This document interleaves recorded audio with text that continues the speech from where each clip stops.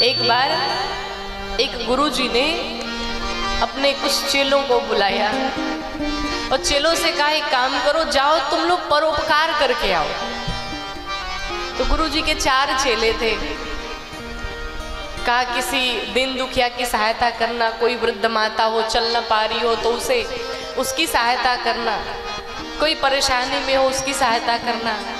तो चारों चेले गए महाराज, पिपरा चौराहे पर पहुंचे। और जैसे पिपरा चौराहे पर पहुंचे क्या हुआ, एक मैया थी, उनको चारों चेलों ने मिलकर के रास्ता पार कराया। पार करा के वापस गुरुजी के पास आए। तो गुरुजी ने पूछा ये बताओ परोपकार किया? चेलों ने कहा जी गुरुजी परोपकार करके आ रहे हैं। अच्छा कैसे परोपकार किया? का एक मैया थी, उनको हम लोगों ने रास्ता पार कराया। तो पहले वाले से पूछा भाई साहब तुमने क्या परोपकार किया? तो पहला वाला बोला एक मैया खड़ी थी, उनको हमने उनके हाथ पकड़े। दूसरे वाले से पूछा भाई तुमने क्या किया? उसने कहा मैंने भी परोपकार किया, मैंने भी बुढ़िया मैया को रास्ता पार कराया। तीसरे से पूछा तुमने कैसा परोपकार किया? तीसरे ने भी कहा हमने भी बुढ़िया मैया को रास्ता पार कराया। तो चौथे से पूछा भाई तुमने क्या किया? तो चौथे ने भी कहा हमने भी रास्ता पार कराया। अब गुरुजी सोचे कि सबने एक ही बुढ़िया को रास्ता पकड़ाया, रास्ता पार कराया, ये बात कुछ समझ में नहीं आई। तो चेलों से पूछा ये बताओ एक ही काम तुम चारों ने मिलकर के किया? कहा जी गुरुजी। कहा मतलब?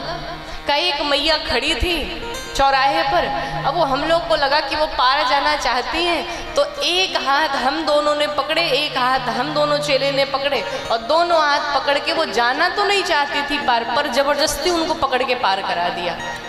गुरुजी ने पूछा यही परोपकार है? चेलों ने कहा सरकार आप ही ने तो कहा था कि कोई अगर रास्ता न पार कर पाए तो उसे रास्ता पार कराना। चेलों उनकी बातें सुनकर के गुरुजी मुस्कुराने लगे, बेवकूफ़ो इसे परोपकार नहीं कहते। अब जबरदस्ती का कोई पकड़ के पार कराने लगे तो ये परोपकार थोड़ी है। परोपकार का मतलब है किसी असहाय व्यक्ति की सहायता करना। एक चरित्र आता है गयासुर का। गया जी गए हैं आप लोग? गया जी जहाँ पर श्राद्ध पिंड दान किया जाता है अपने अपने पितरों का। गयासुर नाम का एक राक्षस हुआ, लेकिन भगवान नारायण से बड़ा प्रेम करता था, बहुत प्रेम करता था। राक्षस कुल में उसका जन्म हुआ, लेकिन अब दर्शन करिए कि कुछ कुछ आत्माएं इसी परोपकार के लिए पैदा होती हैं। गयासुर का जन्म एक राक्षसी कुल में हुआ, राक्षस बन के आया। लेकिन गयासुर ने सोचा मैं राक्षस तो बन गया, दुनिया वाले तो हमें राक्षस ही कहेंगे, और राक्षसों की प्रवृत्ति है दूसरों को परेशान करना, वो किसी की सहायता नहीं कर सकते।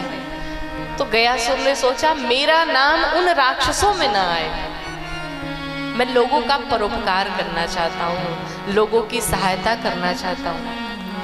गयासुर ने क्या किया, अक्सर जितने भी राक्षस हुए सबने ब्रह्मा जी की तपस्या की, भगवान शंकर की तपस्या की। कोई भी राक्षस भगवान नारायण की तपस्या नहीं करता। गयासुर ने विचार किया कि मैं भगवान से तपस्या करके ऐसा वरदान मांगूंगा कि जिससे पूरे विश्व का कल्याण होगा। एक बार आप भी सोचिएगा, क्या आपके भीतर वो इंसानियत है जो इस राक्षस के भीतर है? गयासुर ने घोर तप किया, और किसकी तपस्या की? भगवान नारायण की तपस्या की। गयासुर ने घोर तपस्या किया, और इतनी कठिन तपस्या की कि जितने देवता थे सब अचंभित हो गए, सबके प्राण अवरुद्ध होने लगे, सांस लेने में दिक्कत होने लगी, इतनी कठिन तपस्या कर दी। देवताओं ने ब्रह्मा जी से निवेदन किया, ब्रह्मा जी जाइए कहिए कि वरदान दें इसे जल्दी, वरना हम सबके प्राण निकल जाएंगे। सभी देवताओं की बात सुनकर के ब्रह्मा जी गए नारायण के पास, भगवान नारायण के पास पहुँचे। भगवान नारायण के पास जाकर के कहा, प्रभु हम सभी के कल्याण के लिए आप शीघ्र जाइए और गयासुर को वरदान दीजिए, वो जो मांगता है उसे वो दीजिए। भगवान नारायण ने कहा मुझे जाना तो पड़ेगा, इतनी कठिन तपस्या उसने की है। तो भगवान नारायण प्रकट हुए। कहां पर? गयासुर के सामने प्रकट हुए। गयासुर ने जब भगवान को देखा, दंडवत प्रणाम किया। भगवान नारायण ने गयासुर से पूछा तुम्हें क्या चाहिए, क्या वरदान चाहिए तुम्हें, क्या अद्भुत वरदान मांगा गयासुर ने। धन्य है। गयासुर ने भगवान से कहा प्रभु मुझे सिर्फ एक वरदान चाहिए। क्या चाहिए तुम्हें? कहा मुझे एक ही वरदान दे दो कि मैं जहां जहां जाऊं, जो जो भी मेरा मुख देखे, मेरा चेहरा देखे, उसके जीवन का कल्याण हो जाए, उसकी मुक्ति हो जाए, उसके सारे पाप नष्ट हो जाए। भगवान नारायण सोच करके भगवान नारायण की आंखों में अश्रु निकल पड़े कि धन्य है गयासुर। भगवान नारायण गयासुर से कहते अरे तुमने सबके हित के लिए सब कुछ मांग लिया कि जो तुम्हें देखेगा उसकी मुक्ति हो जाएगी, उसके पाप नष्ट हो जाएंगे, अपने लिए भी तो कुछ मांग लो। गयासुर ने कहा नहीं प्रभु, मुझे अपने लिए कुछ नहीं चाहिए, मुझे तो बस संसार का कल्याण करना है कि जो भी व्यक्ति मेरे चेहरे को देख ले, मुझे देख ले, उसका कल्याण हो जाए। आप विचार करिए, उस गयासुर ने इतनी कठिन तपस्या की और क्या मांगा? सबका हित मांगा, सबका कल्याण मांगा। हमें भी दिन रात भगवान से यही प्रार्थना करनी चाहिए, भगवान हमें उस योग्य बनाओ कि हम दूसरों की सहायता कर सकें। गयासुर से भगवान नारायण बार बार कहते हैं गयासुर तुम तो राक्षस हो, मैंने तो सोचा था कि तुम कुछ ऐसा मांगोगे कि देवताओं का कल्याण ना हो, देवताओं पर विजय प्राप्त करो, इंद्रासन मांग लो, लेकिन तुमने ऐसा कुछ नहीं मांगा। ऐसा भला कौन हो सकता है जो दूसरों का कल्याण चाहे, और वो भी एक राक्षस। गयासुर को भगवान नारायण ने वरदान दिया, प्रसन्न हो गए भगवान नारायण और उसे आशीर्वाद देकर के भगवान नारायण प्रस्थान किए। अब गयासुर, दर्शन करिए, गयासुर गया अपने घर पे जहां वो रहता था, पहुंचा अपने घर पे, लेकिन बैठे बैठे मन में विचार किया कि भाई घर पे कौन आएगा? घर पे तो वही लोग आएंगे ना जो आपको जानते होंगे, और जो जानता ही नहीं होगा कहां से आएगा? तो गयासुर ने सोचा कि मैं ऐसे ही अगर घर में बैठा रहा तो ये तो गिने चुने लोग आएंगे, फिर कल्याण कैसे होगा समस्त विश्व का? ना, मैंने इसलिए वरदान नहीं मांगा था, मुझे घर में नहीं रहना है। अब उसने क्या किया? मन में प्रण लिया कि मैं पूरे पृथ्वी की परिक्रमा करूंगा ताकि पूरे संसार के लोग इस वरदान से लाभान्वित हो सके। आप होते, हम होते तो सोचते चलो वरदान तो मांग लिया, अब मेरे पास जो जो आएगा उसका हम कल्याण करेंगे, हम क्यों जाएं, हमने तो ऑलरेडी तपस्या कर रखी है। पर गयासुर ने ऐसा नहीं किया, उसे फिर भी शांति नहीं मिली। क्या अद्भुत हृदय है गयासुर का, पूरे पृथ्वी की परिक्रमा करना प्रारंभ कर दिया। अब जो जो गयासुर को देखे सबके पाप नष्ट हो जाए, सबको मुक्ति मिल जाए। गयासुर जहां जहां जाता सबका कल्याण कराता। अब इधर देखिए, धर्मराज हो गए परेशान, कहा प्रभु आखिर ऐसी बात क्या है कि नरक में पूरी खाली जगह पड़ी है, हमारे बड़े बड़े नरक तो खाली पड़े हैं, यहाँ कोई आता ही नहीं है, सब वैकुंठ जाते हैं, सबकी मुक्ति हो जाती है, फिर हमारा क्या होगा? ब्रह्मा जी के पास गए, कहा प्रभु कारण क्या है? ब्रह्मा जी ने कहा जो भगवान नारायण ने वरदान दिया है गयासुर को जो भी देखता है उस जीव का कल्याण हो जाता है, उसको मुक्ति मिल जाती है, तुम्हारे पास कोई पहुंचता ही नहीं है। धर्मराज ने ब्रह्मा जी से कहा प्रभु कुछ उपाय करिए, अगर ऐसा रहा फिर तो मेरी दुकान तो बंद हो जाएगी, मेरे पास तो कोई आएगा ही नहीं। प्रभु जो नियम है वो नियम न टूटे। भगवान नारायण के पास गए ब्रह्मा जी, ब्रह्मा जी ने निवेदन किया भगवान से, कहा प्रभु इसे रोकिए, अगर ये ऐसे ही परिक्रमा करता रहा पूरे पृथ्वी की तो संसार में कोई पापी बच ही नहीं जाएगा, फिर नरक में कौन जाएगा? भगवान नारायण ने कहा भाई मैं रोकूं कैसे, क्या करूं, उपाय आप बताओ। ब्रह्मा जी आपको जो समझ में आए करो भाई, मैं तो कुछ नहीं कर सकता। मुझे वरदान देना था, मैं दे के चला आया, वो भी सबके हित के लिए उसने वरदान मांगा, मैं क्या कर सकता हूं। अब देखिए, दर्शन करिए। ब्रह्मा जी गए गयासुर के पास और ब्रह्मा जी ने जाकर के गयासुर से कहा, गयासुर तुम्हारा शरीर इतना पवित्र हो चुका है, तुम इतने पवित्र हो कि मैं तुम्हारे शरीर पर यज्ञ करना चाहता हूं। अब गयासुर ने मन में विचार किया, मेरा शरीर इतना पवित्र है कि साक्षात ब्रह्मा जी आकर के हमसे कह रहे हैं कि तुम्हारे शरीर पर मैं यज्ञ करना चाहता हूं। गयासुर ने कहा, प्रभु ये तो हमारे लिए सौभाग्य की बात होगी, निश्चित रूप से आप मेरे ऊपर यज्ञ करिए। गयासुर लेट गया और जैसे ही लेटा, उसके ऊपर सवार होकर के ब्रह्मा जी यज्ञ करना प्रारंभ किया। सारे देवता उसके ऊपर आकर के बैठ गए। सबको लगा कि अब गयासुर रुक जाएगा, पर परोपकार की भावना ऐसी प्रबल थी महाराज कि गयासुर फिर भी नहीं रुका। शरीर बढ़ाता गया, पता नहीं कितने कोस में तो चौड़ाई थी, लंबाई का तो पूछना ही नहीं था गयासुर के, इतना शरीर भयंकर था। ब्रह्मा जी यज्ञ करते जा रहे, सारे देवता आ गए उसके शरीर पर बैठ चुके हैं, लेकिन फिर भी गयासुर रुका नहीं, चलता रहा। गयासुर ने सोचा ये जब तक यज्ञ चलेगा तब तक तो न जाने कितने पाप कर जाएंगे, मुझे रुकना नहीं है, मुझे तो सबका कल्याण कराना है। गयासुर फिर भी नहीं रुका, चलता रहा चलता रहा चलता रहा। अब भगवान नारायण ने सोचा कि लगता मुझे ही जाना पड़ेगा।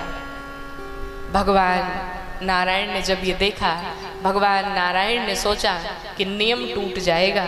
भगवान नारायण स्वयं चले आए और भगवान नारायण गदा अपनी लेकर के साक्षात गयासुर के ऊपर बैठ गए, अपना मुग्दर लेकर के।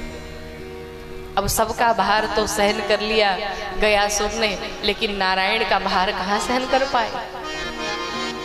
भगवान नारायण उसके शरीर पर विराजमान हो गए, बैठ गए। भगवान नारायण ने जब गयासुर को देखा, अब गयासुर के प्राण निकलने लगे। गयासुर मरते मरते भगवान नारायण को देख करके मुस्कुराता है, प्रभु आपकी कृपा से हमने असुर योनि तो पाई थी, लेकिन हमने इतने लोगों का कल्याण करा दिया, इतने लोगों की हमने सेवा कर डाली, आज मैं बहुत संतुष्ट हूँ, मेरे मन को बड़ी शांति मिली है। भगवान नारायण तो करुणावान है। भगवान नारायण ने सोचा कि गयासुर ने इतना बड़ा प्रण लिया था, अब तो बेचारा मर ही रहा है, इसके प्राण तो निकल ही रहे हैं। चलो, नारायण भगवान ने कहा, गयासुर तुम हमसे कुछ वरदान मांग लो, तुम्हें क्या चाहिए। गयासुर मुस्कुराया, कहा प्रभु अब मैं तो जा ही रहा हूं, अगर वरदान देना ही चाहते हो तो एक और वरदान दे दो। इस बात को सुनने के बाद आपके मन, आपके हृदय की जो घंटियां हैं निश्चित रूप से बज जाएंगी महाराज, जो सोए पड़े हैं निश्चित रूप से जग जाएंगे। गयासुर मरते वक्त भी भगवान नारायण से कहता है, प्रभु अगर देना है तो एक अंतिम वरदान दे दो कि मैं तो जा रहा हूं, लेकिन मेरे जाने के पश्चात भी यहाँ पर जितने भी लोग आए अपने पितरों का पिंडदान करें, तर्पण करें, उनकी तो मुक्ति हो ही, जो पिंडदान करने आए उनकी भी मुक्ति हो जाए, उनके भी सारे पाप नष्ट हो जाए। गयासुर ने वरदान मांगा।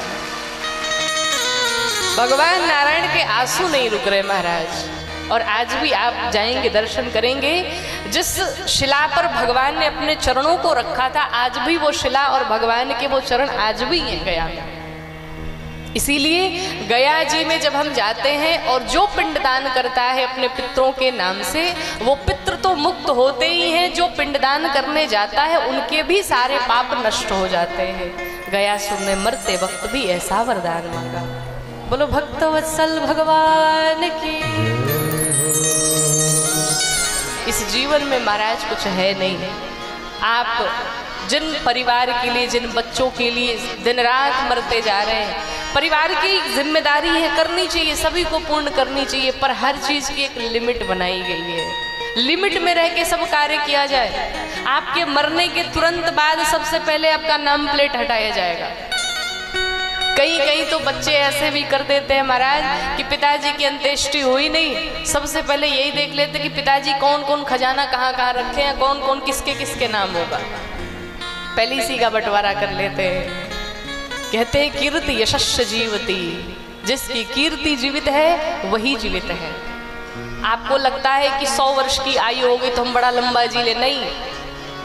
अगर आप अमर होना चाहते हैं, निश्चित रूप से स्वामी विवेकानंद जी कहते हैं कि इतनी कम आयु में भी आप निश्चित रूप से 25 वर्ष की आयु जिए, 30 वर्ष की आयु जिए, लेकिन उस 30 वर्ष की आयु में ही कुछ ऐसा कर जाएं कि आपके जाने के कई वर्ष बाद तक लोग आपको याद रखें। आपने 4 मकान बना लिए, ये कोई देखने नहीं जाएगा, पर आपने एक मंदिर बना दिया, उसमें जितने श्रद्धालु आएंगे बार बार आपको नमन करेंगे, बार बार आपको याद करेंगे कि कोई महाराज थे जिन्होंने भगवान का मंदिर बना दिया। इसलिए परोपकार करिए, यही असली पूंजी है, यही साथ में जाने वाला है। परिवार के लिए, बच्चों के लिए, घर गृहस्थी सबके लिए करिए, लेकिन थोड़ा अपने लिए भी कर जाइए। लेकिन अक्सर ऐसा होता है हम सब कुछ कर लेते पर अपने लिए कुछ नहीं कर पाते। दान करते न, थोड़ा भी दान किया महाराज नाम 10 बार अनाउंस होना चाहिए। कई बार तो लोग मंदिर में जाके पंखे लगवाते हैं ना, पंखे की तीनों पत्तियों पर अपना अपना नाम लिखवाते हैं। एक पंखी टूटे तो कम से कम दूसरी दिखे। दान करिए, जीवन में यही साथ जाएगा। भगवान का भजन करिए, भजन ही साथ में जाने वाला है, बाकी कुछ साथ में जाने वाला नहीं है।